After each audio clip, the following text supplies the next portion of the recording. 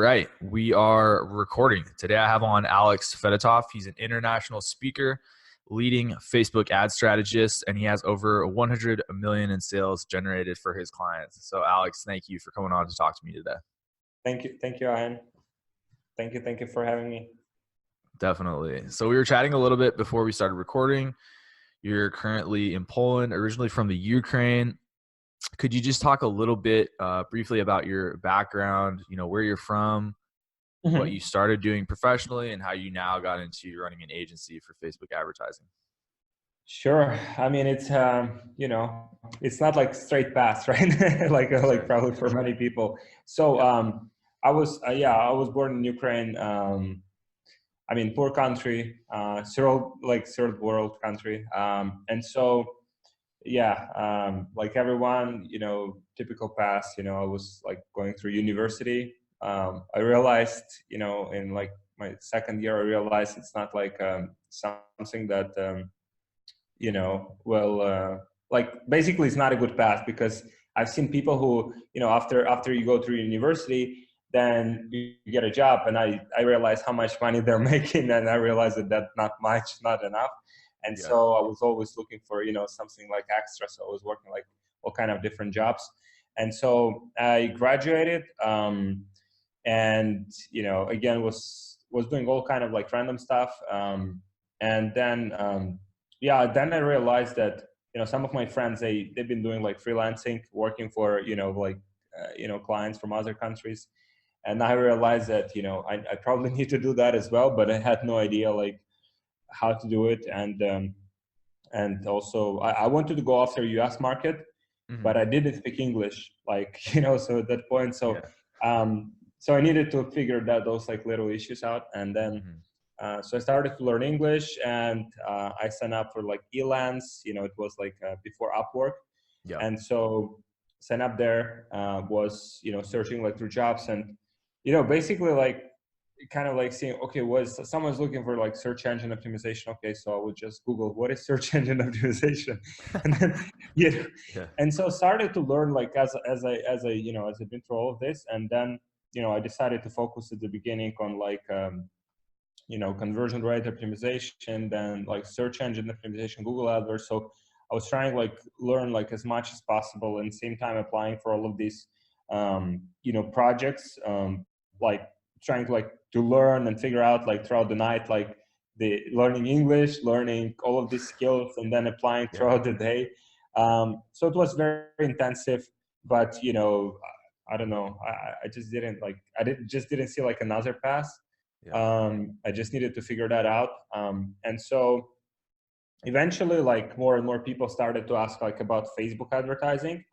So I decided, okay, so probably need to figure that part out. And I just focused like all in on Facebook, and that's where it started to like really pick up, because like you can try to like learn so many things, but you cannot like know all of them well. Like you have to pick up like something, like one thing, and just focus on it.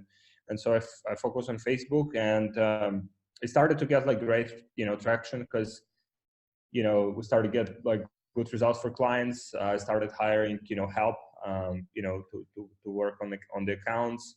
We started to attract better and better clients. I've started my Facebook group, which is now like 30,000 members. Oh wow. So that helped with attracting clients as well. And I just gradually just went from there. After that, we've also launched some of our own products where we spend money on advertising ourselves. And so it's kind of like running this combination of basically doing it for clients and doing it for ourselves, where this kind of like business model right now. There's a lot of different aspects to it, and I had a couple questions in between, but we can skip right to that. So this is kind of an interesting thing with service businesses now. You have distributed team members. You mentioned you have a couple physical offices as well. And then you have this group coaching side with things like the Facebook group. And then you also have digital products side. So do you see that as kind of the new agency model for scaling, or how do you look at scaling your own business with your, operations for the personnel and the distributed team versus the digital Mhm. products versus the group coaching?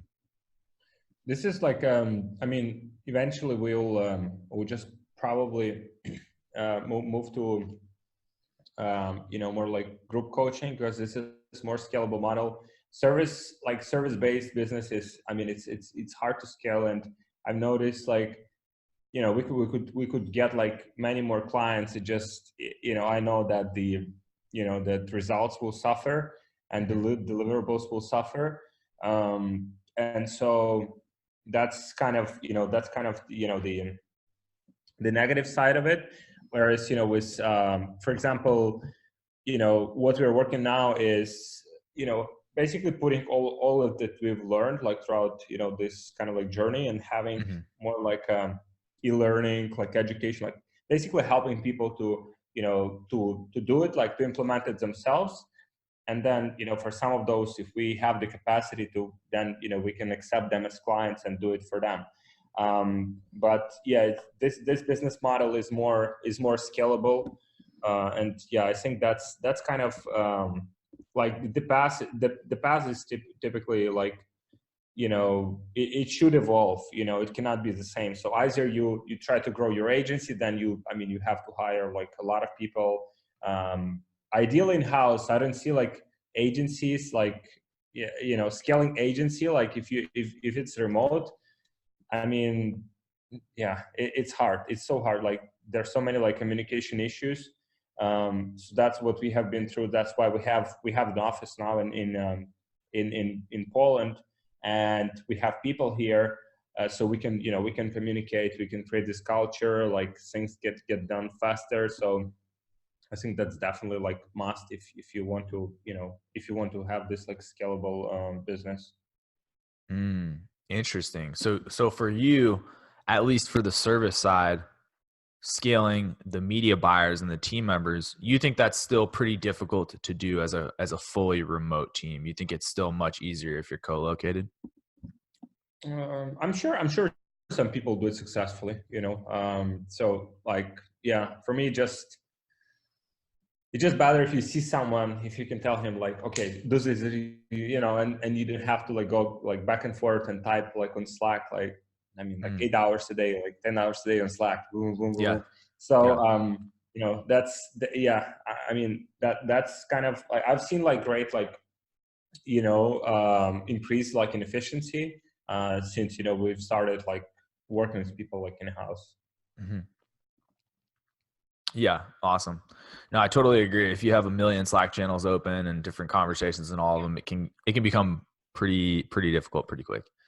Yeah, yeah. So back to a little bit of this earlier topic with Facebook.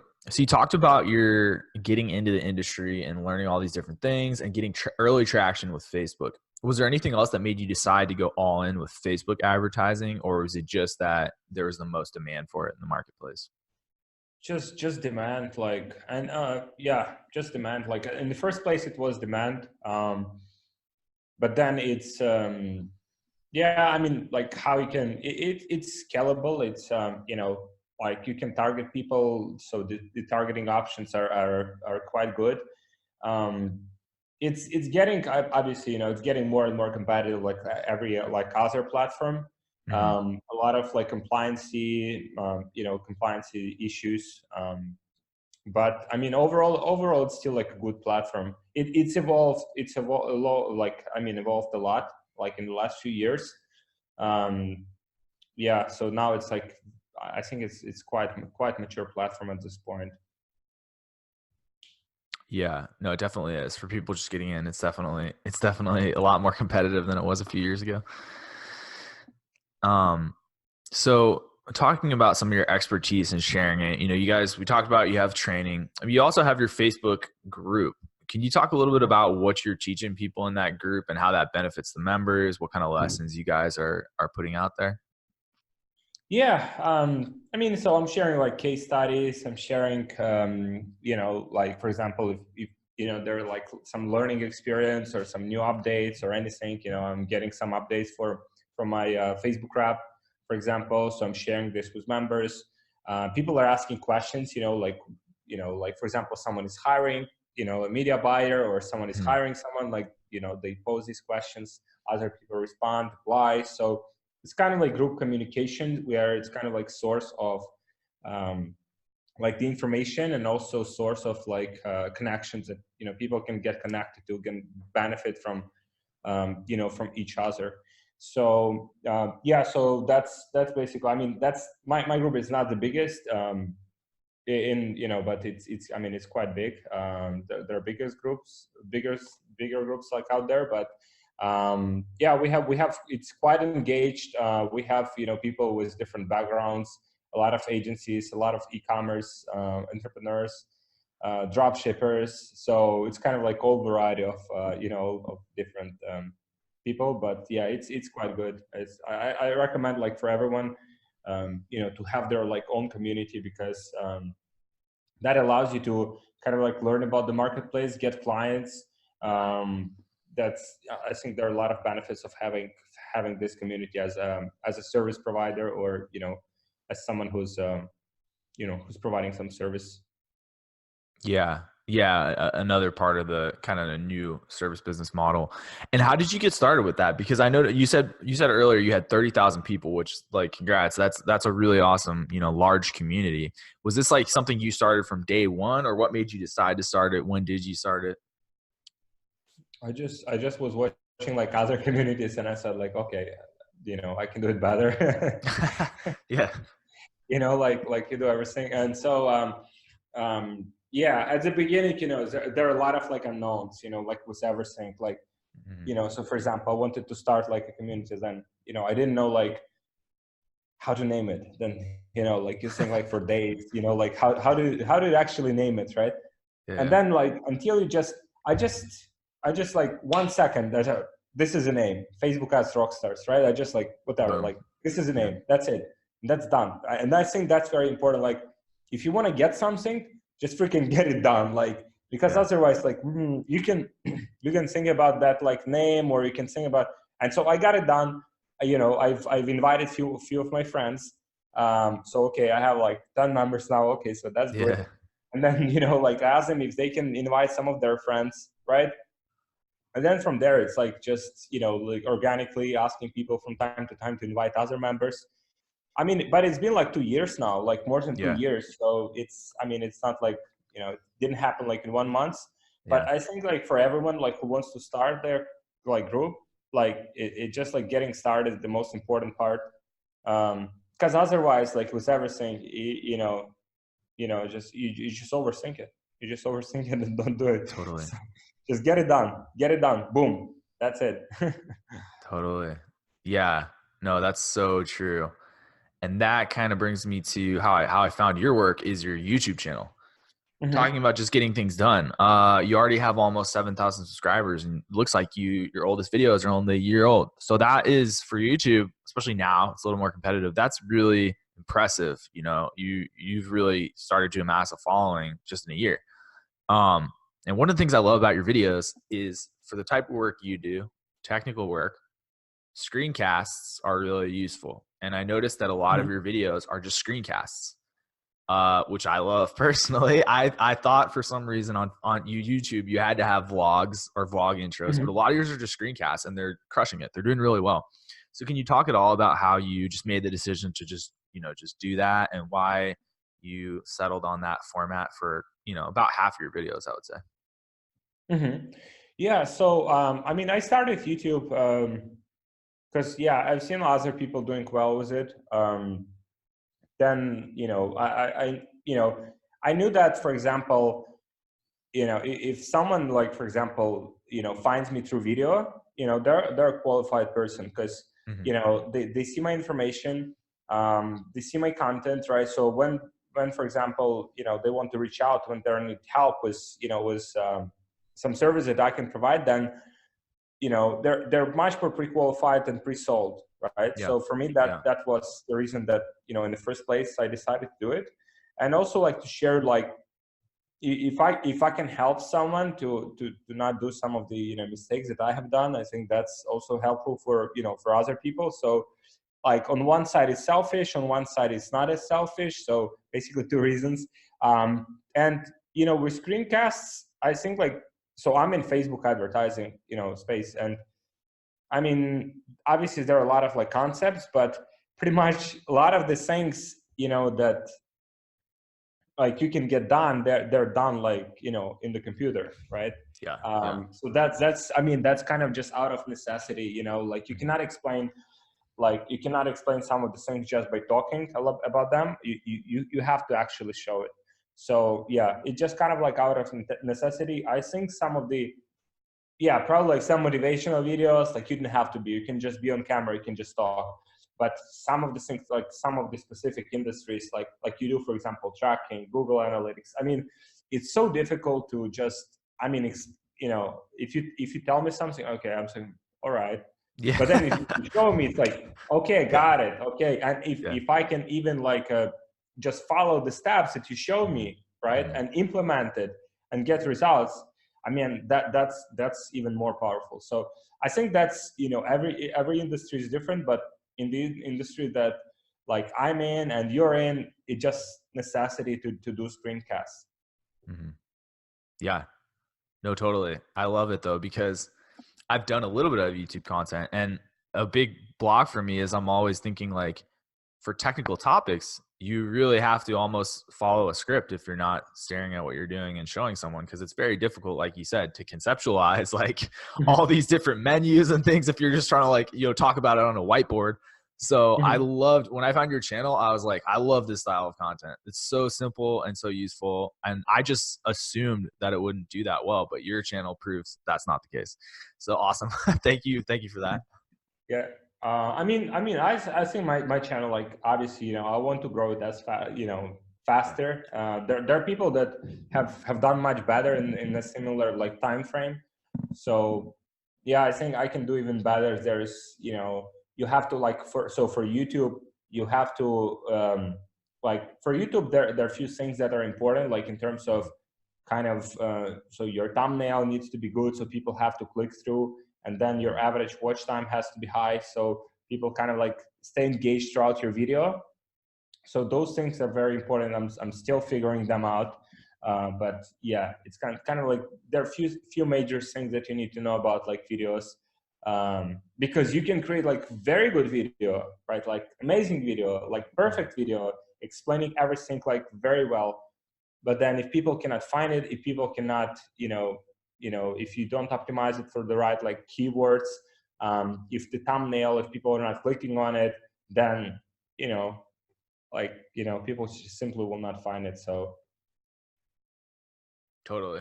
Yeah. You have some great thumbnails too. Especially, I saw you switched around the format a little, but I love the new one. It's really yeah, awesome. we have a guy like now doing this like full time, like, he's experimenting with different stuff, because just like each platform is so like, like you need to know like, yeah, you need to know like basically what works on each platform, how to optimize content. Yeah, it's kind of, I think that's probably one person can do several kind of like different channels, right?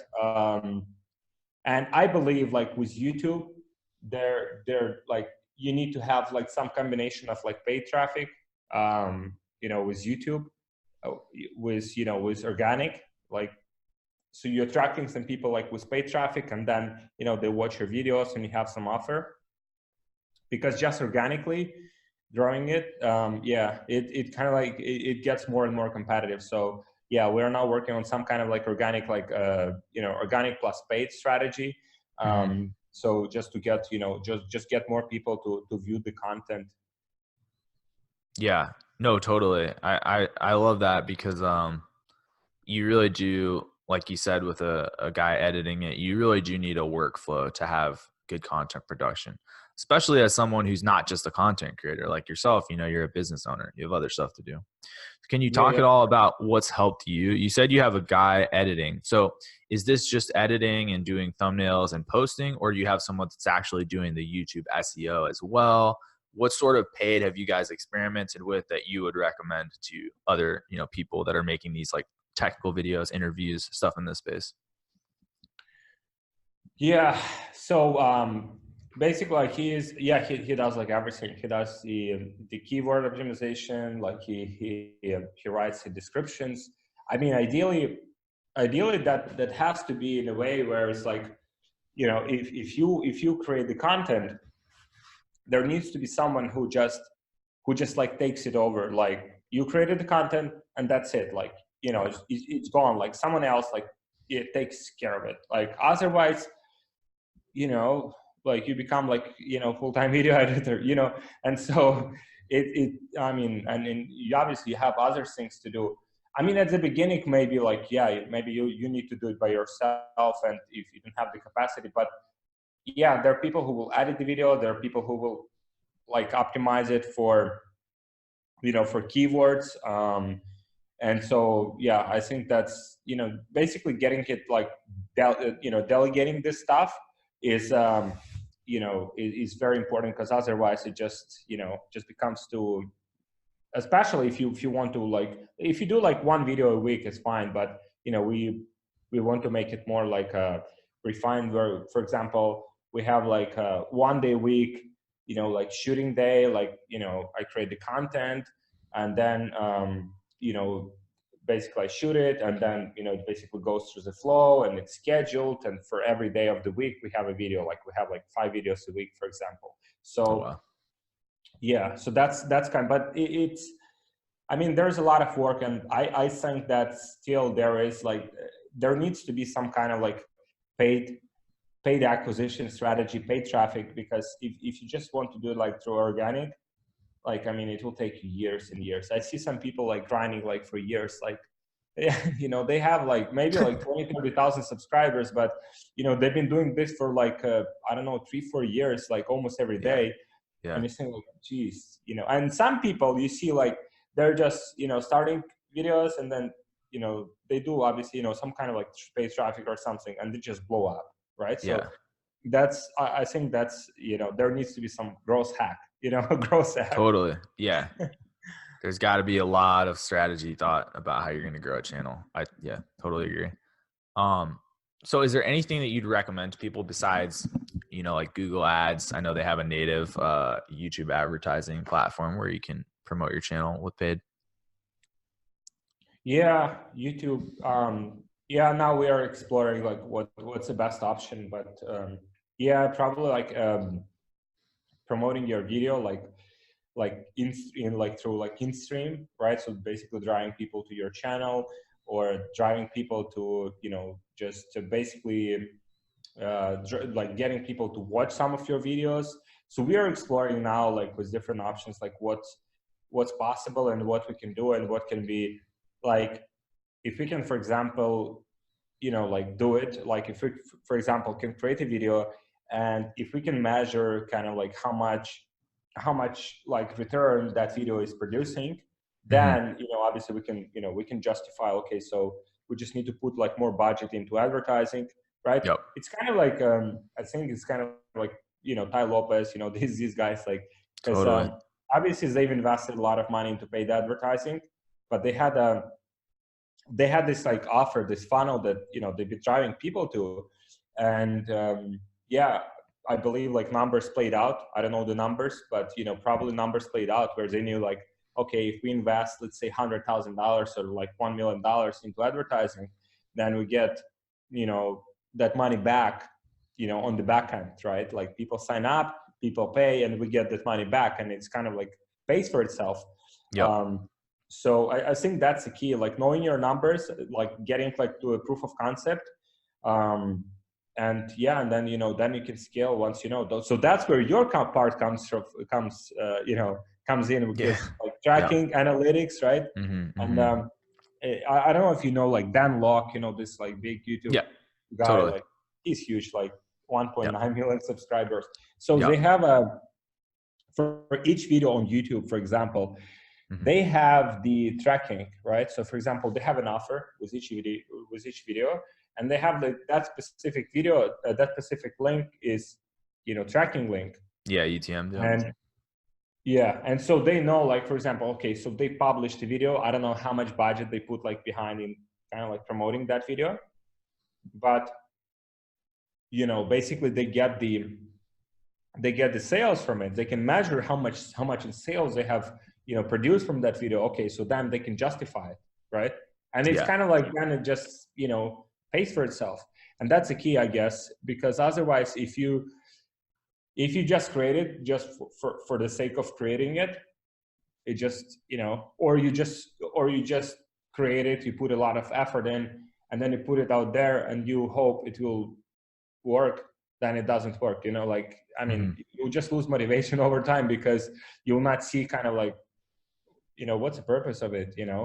Eventually that's the purpose of it, is like, to grow your business, right? To help other people, identify, like qualify, who would be like the ideal customer for you, and get them to buy your product or service and help them. That's the goal of it, I guess. And yeah, if you can do it like predictably, if you know how much time, how much effort you are spending on it, and then how much you're producing as a result of it, that's the key. That's that's a key to scalability. Yeah. Really, really trying to drill in on your actual customer acquisition costs and actual lifetime value or average for your customers. So how have you, this will be my last YouTube question. I want to get back to some of the agency stuff, but how have you tried to do that with your YouTube channel? Because it has been successfully growing. Do you look at just adding new members to your community, or are you actually looking at your channel versus things like program sales, or how are you trying to do that? Yeah,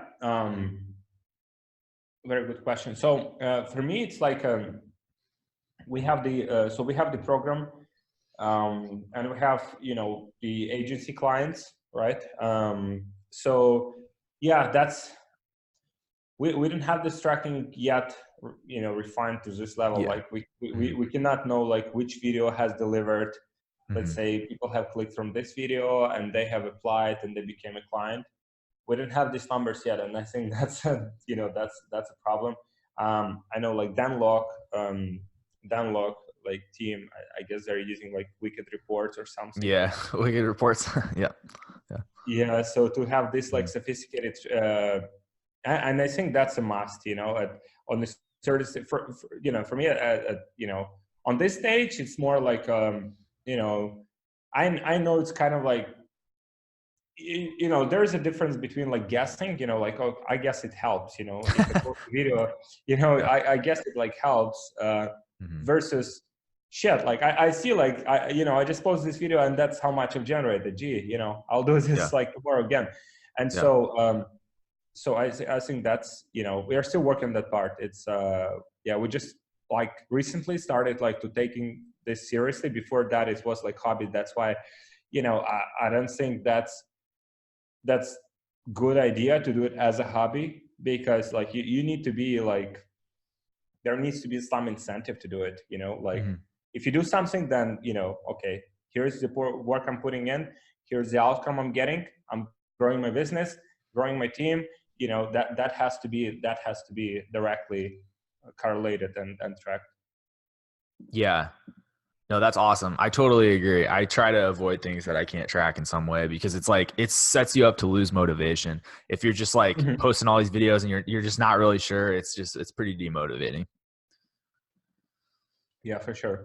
Yeah. You mentioned those people who just create for like 3 years. I don't know how they do that. That's like, it takes a lot of motivation. I don't have that. Yeah. It's wild. So I want to get back to some of the Facebook specific stuff and agency stuff. Are you still okay on time? Yeah.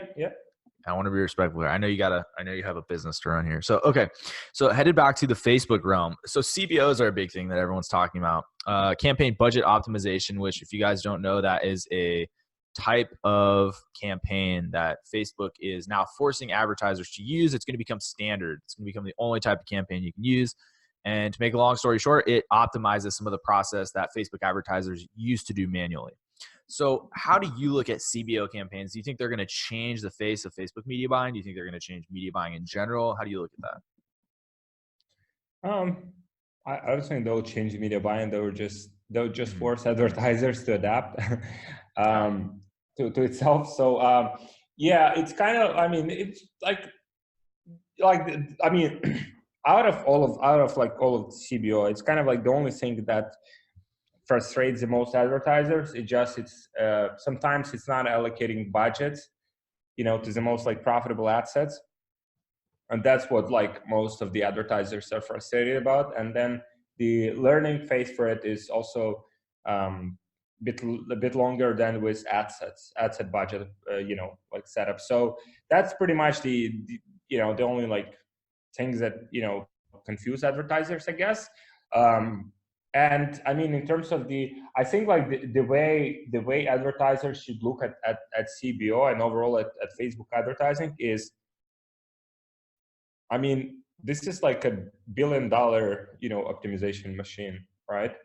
And like it's trouble. Like if you start advertising with low budget, right, and you are very like cost conscious, then maybe like you shouldn't advertise, like, or you shouldn't use like CBO probably from the start, because like there's a learning phase, right, with CBO, and you might not be profitable like day one, right? Mm-hmm. And then Yeah. on day two, you might be profitable, right? And for those advertisers with lower budgets, probably the best would be to use like ad set budget optimization, like regular setup where, okay, so they see this ad set spend so much, either, to kill it or to let it run. This ad set, they have kind of like a bit more control over it, but overall, like ideally advertising, how it should look and how it kind of like designed to be is like you do your proper like research in terms of like who you targeting, like who you advertise to, your avatars, your angles, your ad copy. So if that's done on point, right, then CBO is just, it's just a multiplier. It just will help you to find the right combination and just allocate budgets to the right to the right audience with the right ad, right? Mm-hmm. But most people, I think they miss this part, with kind of like research and creating good ads, and then obviously CBO does not work for them, especially from day one, and that's kind of like what causes this frustration. So yeah, at the beginning, like if you just like strip everything down at the core of it, like it's still the same thing. You still need to create good ads that resonate with your with your customers, Mm-hmm. and you need to have good creative, and then CBO and all of this stuff is just what will either multiply your results or will just be unprofitable. So if you do your basics right, then you will figure out CBO.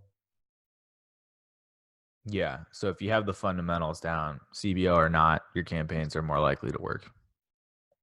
Yeah, I mean they will work because I mean it's kind of like the way I look at it, right? At any advertising, it's basically like triangle, right? So you have Mm-hmm. you have your message, right? You have your market, right? And you have your medium. So the medium is Facebook, right? And then you have your message and you have your market, right? Okay, so I mean, if your message, let's say, okay, Ian, here's the water, right? And you say, sorry, but I'm not thirsty, right? But Yeah. Ian, here's the water, and you say, Yeah. no, Alex, I'm not thirsty. I am Mm. like, here's the water, like buy it. Obviously, Yeah. this is not, no CBO like will help you to Yeah. sell this stuff. Yeah. So, it's knowing your market, like Mm. how to communicate the value of your product, and then CBO will, you just test, you see what works, what doesn't, you kill what doesn't work, and you let Facebook do its thing. Yeah. You gotta set Facebook up to do its optimizations. Yeah. Okay. So it sounds like not worried about CBO. What other trends do you see affecting media buying, 2019, 2020 moving forward? Do you see any big things that are going to change media buying drastically or not really? Yeah, I mean the page feedback score, right? So I mean, Oh. Facebook becomes more and more about like user experience. Like recently, a few days ago, like tons of advertisers like have gotten their like account shut down, their business manager shut down. Some of them have had their like profiles, like let's say your profile, personal profile, like you as a person is restricted from using any of the advertising products. Oh man, that's Yeah, not good. and some of the people that have gotten this, they haven't like even, you know, they haven't even had like any like issues, you know, with Facebook. You know, they haven't had their account shut down. It's kind of So like like just, no warning, basically. yeah, no warning, and some people haven't done anything wrong, and they have been, Mm-hmm. you know, basically, you know, punished with this. And so obviously then you appeal, and then it takes them like a few days or a few weeks, you know, it's kind of like becomes this like mess. And so Facebook was very harsh on advertisers like recently for this. uh, Page feedback score, this is very important like for everyone. You know, like if people buy your product there, you get like a lot of negative feedback on your product, or people buy Mm-hmm. your product, they're not satisfied with it, then, you know, Facebook will just, you know, punish you. And you have the page feedback score, like if it drops, is below like 2 or something, Yeah, then you just, you're yeah, done. you just do it. Like your CPMs will go up, like you will get like low quality of traffic that, you know, doesn't convert, and you'll be overpaying for it, and it just, yeah, it will be horrible. So you have to, yeah, you have to basically provide good customer experience. You have to do like fast shipping, if you ship any items, and yeah, basically you have to do everything to just satisfy the user on Facebook, and, you know, keep people happy. Yeah, totally. Better user experience. And, Yeah, it does seem and like anything user experience Facebook is cracking down on. yeah, and it's just, you know, like, so a few years ago you could get away with like, you know, advertising like different products that are not like fully compliant with policies. Now it's Yeah. just, yeah, it just becoming like harder and harder, and just, yeah, because they're like their automation, their artificial intelligence becomes so smart, Yeah. um, and yeah, it's just a trend that everything goes. So you either, you know, you either stay compliant and you follow the rules, or yeah, you will get your accounts, business manager, or profile shut down. Yeah. Very easily. So I just have a couple more questions. So one of them would be learning Facebook media buying. Who did you learn from? Is there anyone you recommend learning from besides, of course, you know, your own training products, which I will link to? Yeah, thank you, man. I mean, I've learned from Jason Horning is a good guy.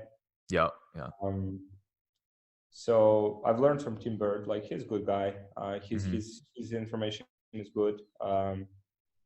I've learned from a few people. They're more like behind the scenes, but you know they've done like more like media buying than anyone who's you know, who's visible. So Yeah. Yeah. um, so yeah, and a lot of like practice. You know, a lot of like I mean, a lot of money wasted like on, you know, oh, yeah. I think that's, yeah, that's and especially like when you start like spending your own money, Yeah. that's, I think, like with agencies, that's what kind of like a lot of the agencies, they operate like clients money, and then, you know, yeah, I mean some of the agencies are good, right, but Yeah. then it's like if they don't spend their own money on advertising, even like on promoting their service, right?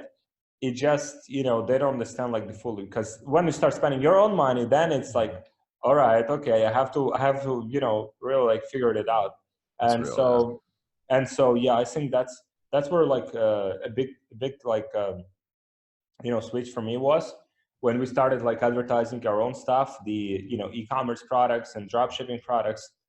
Like, okay, you spend like $1,000 and you had like, you know, zero sales. Okay, you know, you know, I have to figure it out, and quite fast. Um, so yeah, I think that's the biggest, you know, that's the biggest, you know, thing, I guess. Like, no one teaches this, like, even not a single program that I have been through, and you know, I invest a lot into like education, but Mm-hmm. not a single program, like the program might give you like, okay, some foundation, some mental kind of like models, Mm-hmm. and some ideas and some strategies, but to really like comprehend it, like you have to apply it, and probably like a lot of the stuff will not work for you specifically, for your specific product, for your specific Mm-hmm. situation, for your Mm-hmm. specific customer. So you have to adopt it, right? Mm-hmm. And so yeah, it's a combination of what you learn, and you can learn for free. Like you don't have to even like buy, courses if you don't want to. Obviously, it's you probably will get a lot of like useless information because there are so many people and you don't know like who you should listen to. Yeah. But it's you can learn by yourself. And at the beginning I could not afford like courses, and so I would just go like to YouTube. I would just like go to Google, and probably I spent like I spend like too much time doing this. Like if you can learn from someone, it will be much faster. But then at the end of the day, like whatever you learn, you have to apply it. You have to like learn from it, and you have to adapt to yourself and to your own needs. That's like the framework, I guess, to learn anything. Yeah. No, definitely. So maybe try to pick one good person, learn some stuff, and then go try to get some entry level clients that you can see if you can help. Yeah, correct. Yeah.